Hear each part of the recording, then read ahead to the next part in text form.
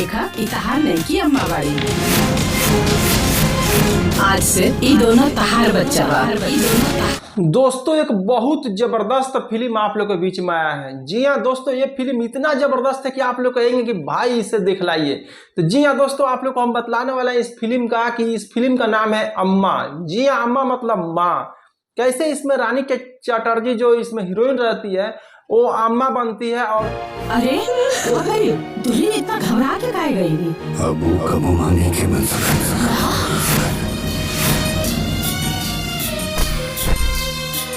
और उसके पहली जो राकेश बाबू इसमें हीरो है उनकी पहली पत्नी मर गई रहती है।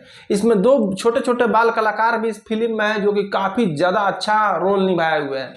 रानी चटर्जी इस फिल्म में माँ का जो रोल निभाई हुई है एकदम रुलाई, मतलब इतना जबरदस्त आ रहा है कि कहिए नहीं, क्योंकि इस फिल्म में बहुत ही करुणा मतलब दिखलाया गया है। इस फिल्म का बात करें तो इस फिल्म को इस ढंग से सजाया गया है कि एकदम लग रहा है।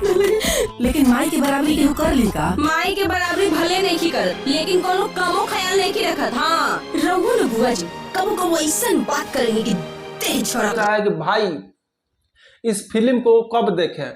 और इस फिल्म में क्या होता है कि रानी चटर्जी लास्ट में मर जाती है कि क्या होता है, पूरी फिल्म अजीबोगरीब बना हुआ है। तो पूरी बात हम बतलाएंगे कि ये फिल्म आप लोग कैसे देख सकते हैं, इसका ट्रेलर कैसे देख सकते हैं। इसका ट्रेलर तो अभी आ गया है, इसका फिल्म यूट्यूब पर और टीवी पर और सिनेमाघर में कैसे देख सकते हैं, पूरी डिटेल हम आपको बताने वाला है। उसके पहले आपसे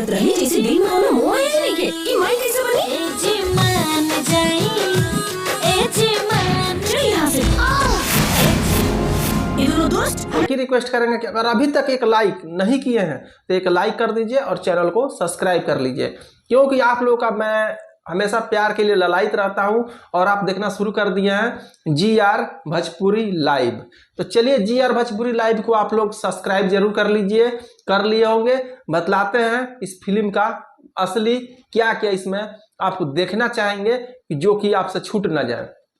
इस फिल्म में आप देखेंगे कि गांव देहात में कैसे जब शादी होता है तो उसकी जब सास रहती है बहुत ज्यादा उस अपने बहू के ऊपर अत्याचार करती है।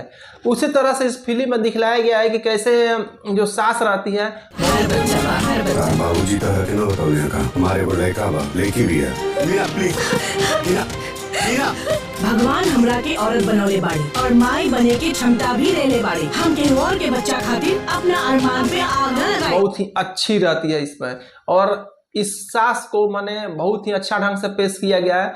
जो कि पहली बीवी अब किस ढंग से मर गई है नहीं मरी है, इस फिल्म में वहीं से शुरू किया जा रहा है जहां पर कि शादी हो जा रहा है। और शादी होने के बाद वहां पे हो रहा है ये कि राकेश बाबू डंडा लेकर के बच्चों को मारने दौड़ते हैं। वो डंडे लेकर इसलिए मारने पड़ते हैं ताकि जो नई नवेली दुल्हन बन करके जो रानी चटर्जी आई रहती है उसे मालूम नहीं रहता है कि दो पहले से बच्चे हैं। और राकेश बाबू पूछते भी हैं, क्या आपके पापा नहीं बताए हैं कि मैं दोहा हूँ, मेरे पहले से शादी हुआ है, मेरे दो पहले से बच्चे हैं। कमरा में चोरी करे गए रहे हैं। हमनी के अम्मा के फोटो लेवे गए रहनी, जब वो हमनी के अम्मा नहीं थी तब उनका कमरा में हमनी के अम्मा के फोटो का रहता। रानी चटर्जी पूरी बौखला जाती है और अपना सब कुछ सूटकेस लेकर के घर से निकल कर जाने लगती है। तब घर वाले रिश्तेदार उसके सास सब लोग समझाते हैं, पैर पकड़ते हैं कि नहीं बहू ऐसा नहीं हो सकता, आप मत जाइए, भरी सभा में नाक कट जाएगा और इसमें क्या दिक्कत है, बस आप नहीं मानेंगे तो बच्चा को नहीं मानिए, नो टेंशन। और इस बात पर वो राजी हो जाती है कि मेरा बच्चा नहीं है, मैं भी माँ बन सकती हूँ। यहाँ पे दिखलाया गया है रानी चटर्जी बोल रही है कि मैं भी माँ बन सकती हूँ, मुझे क्यों ऐसा लालन पालन करना पड़ेगा, मैं दूसरे बच्चों को क्यों ऐसा करूं। लेकिन ईश्वर को कुछ अलग ही मंजूर था दोस्तों। ईश्वर चाहते थे कि यही दोनों बच्चे की माँ बने, क्योंकि आगे हमने से प्यार ना करेले ना पापा। हमरा तो इलाकन की किस्मत पर तरस आवता, माई लावे के चक्कर में हम एकनी के दुश्मन ले। हम आप लोग को बतलाएंगे तो आप कहेंगे कि भाई इस फिल्म में तो काबिलियत तारीफ करने वाली फिल्म है और जो बनाए हैं इतना जबरदस्त बनाया है कि कहने लायक नहीं। उसके बाद से रानी चटर्जी दिन प्रतिदिन ईश्वर की आराधना करती हैं, पति की सेवा करती हैं, दोनों बच्चों को फुट्टी कौड़ी नहीं सोती हैं। लेकिन ईश्वर जो ऊपर वाले हैं वो बोलते हैं कि जब दूसरे के बच्चों को तुम नहीं देख रही हो, नहीं कर रहे, तो तुमको बच्चा ही हम नहीं देंगे। और ईश्वर जो ऊपर वाला है उसके आगे देर है अंधेर नहीं है, इसीलिए किसी भी छोटे बच्चे को कोई भी जीव जंतु हो उससे प्यार दुलार आप अभी से ही करना शुरू कर दीजिए। जब आप दूसरों से प्यार करेंगे तभी तो ईश्वर आपको देंगे। रानी चटर्जी इसमें उस सब लोगों से दूर करती है, हमेशा अपने इधर उधर करके अपने पति से अपने बच्चों को पिटवाती है, मतलब वही सौतेला बेटी को पिटवाती है। भले ही चाची उनकी रहती है वो थोड़ा सा मान दुलार कर देती है, जिससे कि बच्चे थोड़ा सा बहल जाते हैं और अपने आप में थोड़ा सा हिम्मत जगा पाते हैं कि मेरा चाची ही माँ है, और अपने माँ के लिए वो लोग दुबक दुबक कर रोते रहते हैं।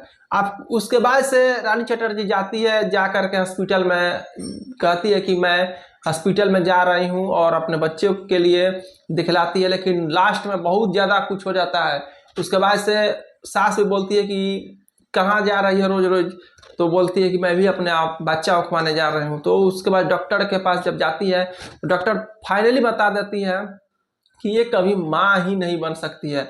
उसके बाद से अब रानी चटर्जी पूरी रोने लगती है और बोलती है कि हे विधाता आपने ये क्या कर दिया कि मैं माँ ही नहीं बनने वाली हूँ, और आकर रोती है भी लगती है। फिर कहती है कि यही दोनों मेरे बच्चे हो जाएंगे, इन्हीं को मैं पालूंगी पोसूंगी। उनके पास जब जाती है तब तक बहुत देर हो गया रहता है दोस्तों, और वहाँ पर जब जाती है तो वो दोनों बच्चे उनको इग्नोर कर देते हैं, बोलते हैं कि तुम मेरी माँ नहीं हो। हाथ रखती है तो झटक देते हैं, उसके ऊपर खाना खिलाती है तो खाना हटा देते हैं, दौड़ के अपने चाची को ही पकड़ लेते हैं और बोलते हैं कि यही मेरी माँ है। और इस तरह से रानी चटर्जी ना घर की रही ना घाट की रही, उनका बच्चा भी अब नहीं रहा। अब वो बाझिन कहलाने लगी और गांव के लोग उनको अटीदार पटीदार जो भी रहते हैं पड़ोसी सब लोग उनको बाझन कहने लगते हैं, और इस तरह से वो बिलख बिलख कर रोती हैं। लास्ट में तो ऐसे नौबत आ जाता है, बोलती है कि मैं ही इस घर की कलंक हूँ, जो कि ईश्वर ने मुझे रोने के लिए ही बनाया है, मैं अब इस घर से ही चली जाती हूँ। ना मम्मी का सुख मिलेगा ना बच्चे का सुख मिलेगा, तो मैं जी कर क्या करूँगी। और वहीं से वो घर से निकल जाती हैं। बच्चे खोजने लगते हैं कि माँ माँ करते हुए, पति खोजते हैं कि माँ मेरी पत्नी कहाँ गई, सास अलग दौड़ती है, चाची अलग दौड़ती है, और इस तरह से वो एक मंदिर में जाकर पूजा अर्चना करते हुए मिलती हैं।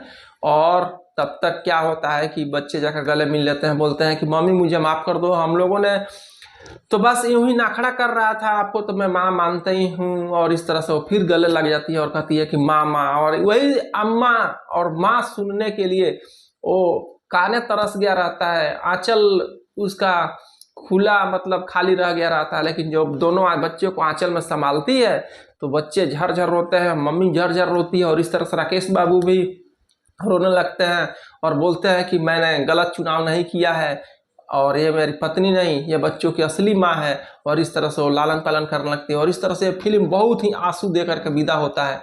ये फिल्म आप लोग अगर देख लेंगे तो बहुत ज़्यादा रुलाई आएगा। तो दोस्तों आप लोग को हम बतला दें कि ये फिल्म को इस शनिवार के दिन चलाया जाएगा, जो इस महीने का लास्ट शनिवार के दिन, तो आप लोग जरूर देखिएगा।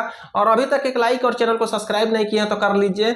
और फिर आपको यही हम कहेंगे कि अगर यहाँ तक वीडियो को पूरा देखें तो मुझे कैसे पता चलेगा कि आप लोगों ने फुल रिव्यू मूवी का सुने हैं। तो एक लाइक और चैनल को सब्सक्राइब करके कमेंट में जय हिंद लिख दीजिए, ताकि मुझे पता तो चल जाए कि आप लोगों ने फुल सपोर्ट और फुल रिव्यू सुने हैं।